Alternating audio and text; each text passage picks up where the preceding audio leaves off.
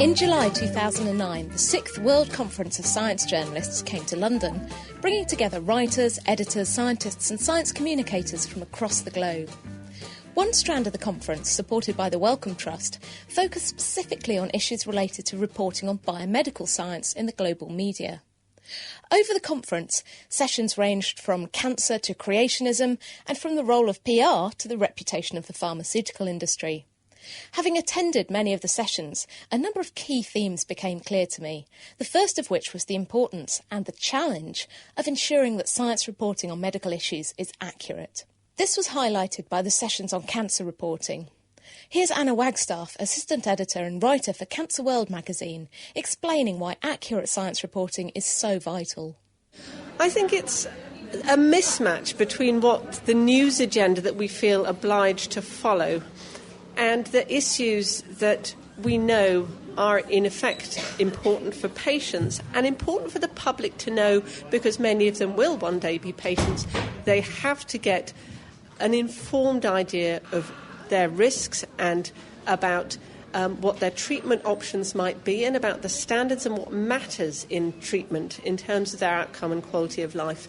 These things become immensely important when you are a patient or when you have a patient in your family, and yet the most important things rarely get a mention anywhere in the newspapers. What you do get is an awful lot of coverage of things like new drug stories, which are taken completely out of context of the service in which they're delivered, that often overstate what they can contribute to what matters to patients, and they distort the agenda by not looking at other issues to do with, for instance, the importance of quality of surgery, which still cures far more patients than drugs do, as does radiotherapy. So it's distortion of the agenda, a mismatch between what actually comes out and gets coverage in the news and what in practice is important for our viewers, readers and listeners.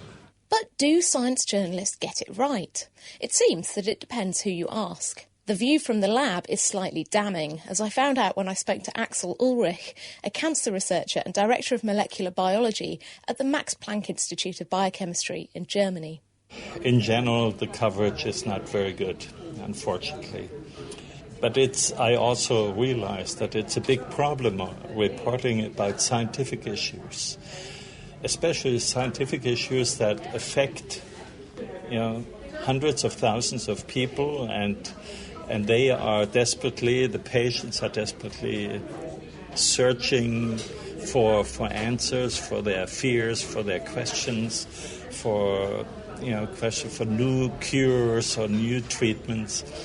So reporters that are specialized in this field, they of course want to respond to this need of such patients. And unfortunately, in order to understand the problem and also the potential breakthroughs or advances, one has to have a lot of scientific understanding.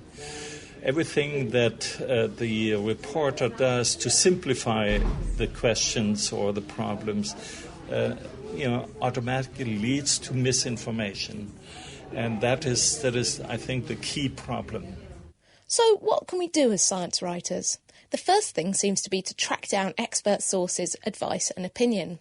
Iris Pasternak, a medical researcher from the Finnish Office for Health Technology Assessment, has some helpful advice. Published peer-reviewed articles are, of course, the basis, but as we know that there are several articles from a single topic, and they tend to have conflicting results. So therefore, we should sort of screen all the published literature in all this world in the databases, and that is too time demanding. Therefore, there's this huge information product called systematic reviews.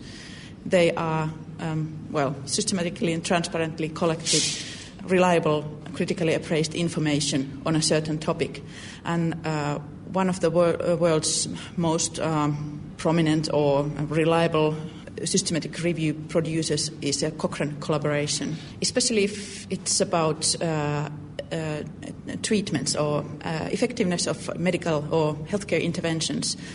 The Cochrane.org pages or the Cochrane library is certainly worthwhile checking. So, There's Cochrane reviews and other expert reviews of the scientific evidence, but where else should journalists be looking for expert opinion? It may seem easy in some countries, such as the UK, but it's not as easy in others, as Anna Wagstaff explains. There is a big difference, I think, in countries that perhaps have got more developed sources and websites and organisations where journalists can turn to when they need some very quick, credible information. But that is a problem for all of us. When you're under a deadline, you've got a story that you've been asked to cover and you need to find credible sources. And I think that perhaps this is an issue that some countries could learn from other countries a lot about the advantages of being able to identify credible sources. It's something that there's been a certain amount of progress on in the UK. The Behind the Headlines website was one of the things that was mentioned. It's a resource that's not open to many other countries. Another important source of information is the scientists themselves. Fiona Fox, director of the London Science Media Centre, presented a session on the Centre's response to the UK media debate and government vote on hybrid embryo and stem cell research in 2008. I asked her to describe how the Science Media Centre got accurate messages about embryo research out to journalists. Well, actually, lots of physical press conferences, which I know is kind of old-fashioned these days, but there were lots of critical points in this whole saga where we actually phoned up all the key scientists, Ian Wilmot, Chris Shaw, Stephen Minger, Lyle Armstrong from Newcastle, and said, please come down into the centre because Mark Hennison from the Times, Fiona McRae from the Daily Mail, they're asking questions about what this means, and the easiest way is to get you in the room for 1 hour, be able to answer all their questions. So I think it ended up we had about 6 or 7 press briefings over the course of a year. So how does this work in practice? Jackie Thornton is a freelance medical and science journalist, and she's former health editor at the UK paper The Sun. Where does she turn to for advice about some of the more hysterical scare stories so beloved of the tabloid media? I think the use of the term scare story is a bit overplayed. Obviously, on some occasions there have been scare stories, but I think the papers do want to run stories which engage readers, and it may be that they use strong terms to get readers interested. However, I was always very clear that it was important to put these stories into context, and so at The Sun, certainly, we often had comment boxes, background boxes and opinion pieces by myself where I would put the story into context and also use people like Carol Cooper, who was a GP and a widely recognised expert in science and medical communications, so that it wasn't just the broad, bold news story, actually the actual reality of the situation, the context was put in its place as well. Obviously, one of the best ways to understand a scientific story is to get involved. One fascinating session at the conference highlighted the $1,000 genome, the prospect that we'll one day be able to have our genome sequenced at relatively low cost. Some journalists are already persuading their editors to pay for a spot of genome sequencing, but should they have it done? And how should they approach reporting genetic stories? Here's Mark Walport, Chief Executive of the Wellcome Trust, with his own expert opinion. I think my advice in terms of having it done at the moment is that I think that it's more about fun and interest than it is about science at this stage. But I think that we're learning very fast. So I think it's very early days for this. And, of course, these aren't clinical grade tests, so they're not subject to the sorts of quality control that tests that are done in, for example, the National Health Service have provided. So as long as one understands the context and that actually it's more about curiosity and interest than about actually direct medical practice at this stage, then I think that's important. When it comes to covering genetic stories in the press, we see a lot of things like gene discovered for X disease or genetic testing can tell us this and that. How do you think journalists should approach writing these kind of stories? I think, as with all stories, journalists should try and capture the balance and the uncertainty. I think the problem is often in the headline rather than in the body of the text, and the headline writer often likes something that's rather clear-cut, whereas the actual story is more complicated. So, blaming the sub-editors as always. The second theme that really stood out for me was the discussions of balance in reporting on science stories and whether science journalists should be cheerleaders or watchdogs for science. James Randerson from The Guardian shares his thoughts on the matter.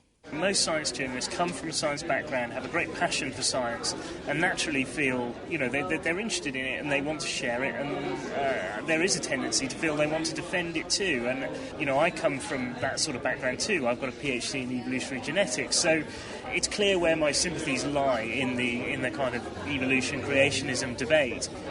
Now, I don't think you need to, take the question of journalistic balance to the extreme and say creationism is a legitimate point of view and it should be reported in the same way as in opposition to evolution. I mean, that's clearly, to my mind, that's clearly absurd because it's not a scientific position. It's incorrect. The idea that the Earth is 6,000 years old is just wrong and roundly disproved. So it's pretty sterile to go around including that as a kind of legitimate view in your reports. But there are sort of subtleties here. I mean, to what extent are you always a cheerleader for science? And to what extent do you step back and say, well, actually, these scientists, although I agree with them, they're using dubious tactics in order to get across their views on evolution, and that should be exposed. I think there's a difficulty for journalists because they sometimes science journalists feel sort of part of the scientific community. And so even if they see something like that going on, they know it'll sort of be frowned upon if they report on it. Journalists are brought up to believe in balance, in telling both sides of the story. But can you really do this in cases such as reporting on creationism or other situations where the vast majority of the scientific evidence is on only one side?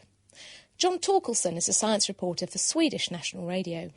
I feel that as a science journalist, you can't just let anyone have their say, because that means putting competent scientists with basically hundreds of years of evidence behind them, putting them on an equal footing with basically cranks and pseudoscientists who are willing to say basically anything to make a buck. It's a really difficult part of our job as science journalists to try to present different voices and to present how science is often doesn't reach exact conclusions quickly, but at the same time sort of letting readers and listeners know that know where the evidence lies. It's really difficult a lot of times. So a balanced view doesn't necessarily mean one person saying yes, one person saying no. For a typical journalist, that would be the way to get balance. When you're dealing with just opinions, that's fine, political opinions or whatever. But science isn't about opinions, it's about evidence. And so as a science journalist, you have to be able to judge evidence to a certain extent. With something as clear-cut as the nonsense of so-called creationist science, it's easy to bang the drum for real science. But there are plenty of science and health stories appearing in the media that seem genuine, but might just be the creations of PR agencies. Ben Goldacre, medical doctor and writer of the Bad Science blog and Guardian column, has little patience for such stories. But how can we spot them?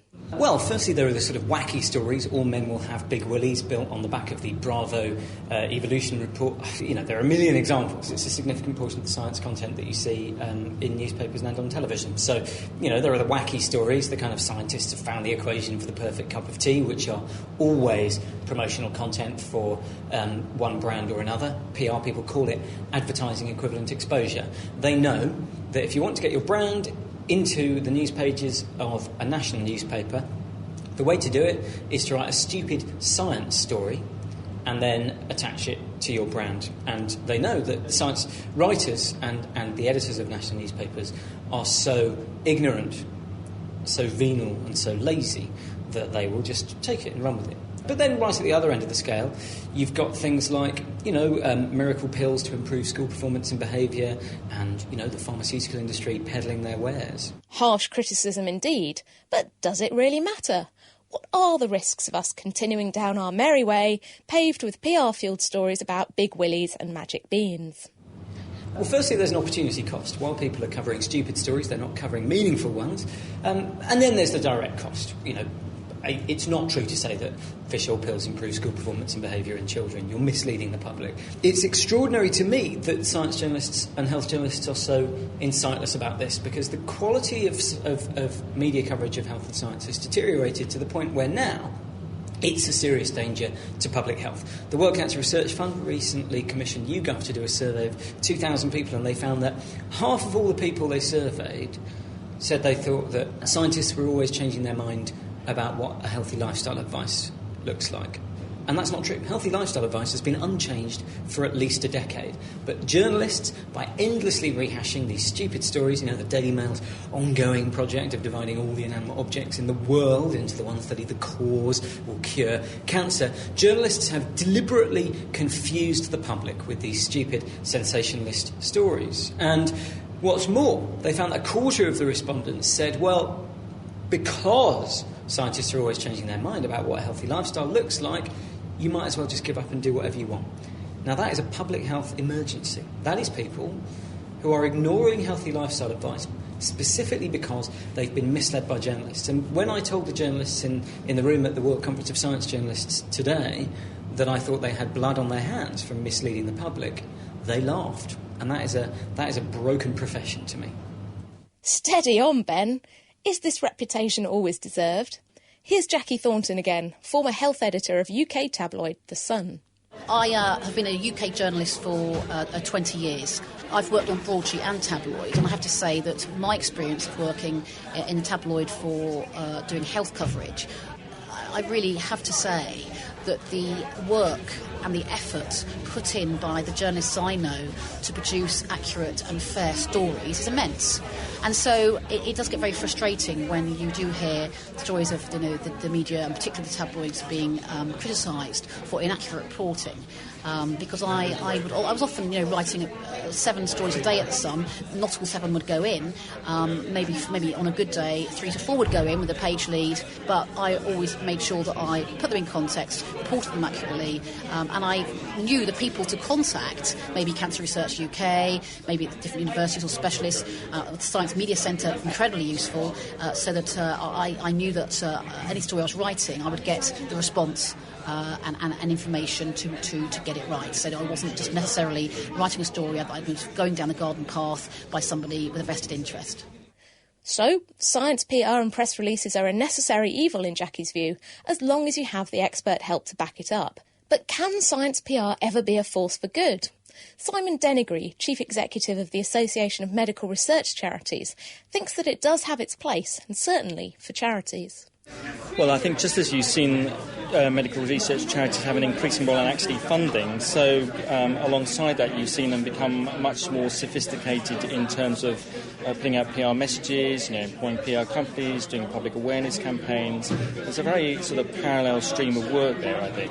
And I think that's a good thing, but I think as the sort of debates highlighted this afternoon, where charities are clearly not seeing the media as a route to go through and trying to do more sort of direct-to patient or direct-to-consumer type PR, I think that raises not necessarily bad issues, but what I think that raises for them that they need to think very carefully about how their message is going to be heard, how the information is going to be used, what sort of feedback loop is there going to be to them.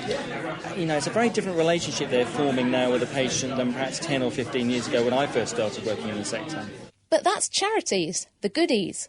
What about industry PR, the real baddies in Ben Goldacre's view? Simon Dennegree again. Well, I think the industry could be more open and transparent about what it does. I actually think that the forging of relationships between industry and patient groups and medical research charities is a good thing, because I think it's important for patients to be there in helping pharmaceutical companies devise research strategy, but also in terms of getting their messages out. Where I have a real problem, I don't know why they do this, because they don't need to do this, is where a company decides to set up a patient group and fund it and try and pretend it's something that it isn't. And I think that's something I worry about a lot, because I think that's being duplicitous with the public, and I think we should all be careful. We should all be monitoring that very carefully. The industry bodies, charities, the media. I think we should come down on it as hard as we can. So how should science journalists be behaving? If we can't be cheerleaders for the scientific establishment or individual scientists, at least we can wave our flags for the scientific method and rationality, as The Guardian's James Randerson points out. I think so. I mean, my approach is certainly to come from a basis of rational argument and evidence-based discussion. I think if you sort of abandon that, then, as one of the speakers was saying, you're quickly into the realm of homeopathy and crystal healing and dubious things like that. I think it's important to have that sort of basis for your thinking, but you do have to kind of certainly stand back from the scientific establishment, which, you know, sometimes does very stupid things or devious things that should be exposed, and certainly from individual scientists who, you know, have human failings like anyone else. So what hope then for fair and balanced coverage? I mean, you know, one person's fair and balanced is another person's Fox News, you know. I mean, some readers will disagree with your sort of frame of reference, and I think you have to kind of take that on board and realise that. All food for thought, and in Randerson's opinion, this introspection is a good thing. It's good, I think, as a community that we debate these issues about how far science journalists go native in their field, and to what extent we're cheerleaders for science, and then we're aware of those things. We have them in the back of our mind. I'm actually the producer of a session tomorrow that I'm also chairing about investigative journalism in science, because there are all sorts of reasons why investigative journalism doesn't happen as much as it should, to do with resources and time and things like that. But I also think there's a problem that science journalists are prone to feeling part of the community that they're reporting on, and so are less likely to ask awkward questions and rattle cages sometimes, which I think is a bad thing. One of the most controversial sessions at the conference was entitled "Who Shapes Public Opinion on the Pharmaceutical Industry?" The debate featured pro-pharma representatives from the industry and also very negative views from patient groups. It was difficult to see where the middle ground lay, as each speaker seemed so convinced of their own arguments. Afterwards, I spoke to Sarah Garner, Associate Director for Research and Development at NICE, the National Institute for Health and Clinical Excellence, to hear her advice for journalists reporting on such thorny and polarised issues. I think it's be very much aware of the source of the information you're getting. So, for example, if you're using a press release from a PR company, just be aware that the release is likely to be biased in some way because they're promoting a particular side of the story. So to stop and ask questions, to say what is the other pieces of information around this jigsaw, and go look for them. And there are some very good sites that are springing up about that give reliable information on healthcare and unbiased and impartial. For particular interventions, the Cochrane Library is fantastic. They look at new interventions that have come through, and also things that the public are more familiar with, so perhaps things you can buy over the counter. NHS Evidence is NICE's new website, which came out of the Darcy review. We just launched it in April. And it's got a super sensitive Google search word, so it's an intelligent searching engine, and it'll actually pull up the better quality evidence and the more relevant information first, so you're likely to get quicker information and access the information that you need. And another one for basic information about health and different diseases is NHS Choices, which is aimed at patients, but it's very easy to understand the different, very complicated things about health. Earlier on, we heard a fairly damning perspective on science reporting from a practising scientist. If we're sometimes getting it so wrong in the scientist's view, what can we do to get it right? Axel Ulrich again. Well, I would say journalists, under any circumstances, should not try to please the reader, to please the patients who may read this and tell them wrong stories. They should be responsible and honest, and talk to scientists who are not trying to put themselves into the limelight, but are also honest and responsible and explain the truth and be realistic. This may not be the most comforting thing for many patients, but if you conduct such an interview with the scientist also on a very, very factual basis, then I think a good journalist will make a good story out of it. And finally, after all the hand-wringing and agonising over journalistic accuracy, Christina Scott, African news editor for the SciDevNet website, has a refreshingly different point of view. On my day-to-day life, I fight very hard for accuracy, but in the broader scheme of things, bugger the accuracy. I want it to be fun. I want it to get read. I want it to get viewed. I want it to get listened to. And that is actually more important than the fact that in the last 3 words of the caption, somebody got something slightly screwed up. Because your average person is not reading it for that level of accuracy. We are not talking about peer-reviewed journals. We're talking about media. It's here today, it's gone tomorrow, and we can fix it as we go along, by and large. I think that this obsession with accuracy is never ending. Accurate enough for who? You can be so accurate that nobody knows what the hell you're talking about. We put an epidemiologist on radio once who was asked a very simple question by the presenter. The question was, does HIV cause AIDS? And he said no, because he wanted to say, no, it's not that simple. Not everybody who has HIV goes on to develop AIDS. But the fact is, he said no, and then he went on to a lot of detail that nobody listened to. And I asked people what was the take-home message that they got, and they said, he said, we're not going to get AIDS. So I mean, you can put in so much accurate information that people's brains actually stop functioning. They don't absorb the information in the way that you intended to do it. At least if you're having fun, they're more likely to engage with the subject, and they're more likely to go away thinking that science is relevant and important and interesting. As you might expect, getting a bunch of journalists together for a week led to some fascinating and occasionally controversial exchanges, especially over the reporting of biomedical stories. We leave the last word to the conference strand's funder. Here's Mark Walpert from the Wellcome Trust, highlighting what he considers to be the overall theme of the conference. I think the overall theme is that science journalism is extremely important.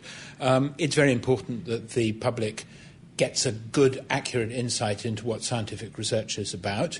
The session I've just been in, which is on human genomics, is one that people are very interested in. It's a subject that does get onto the front pages of newspapers.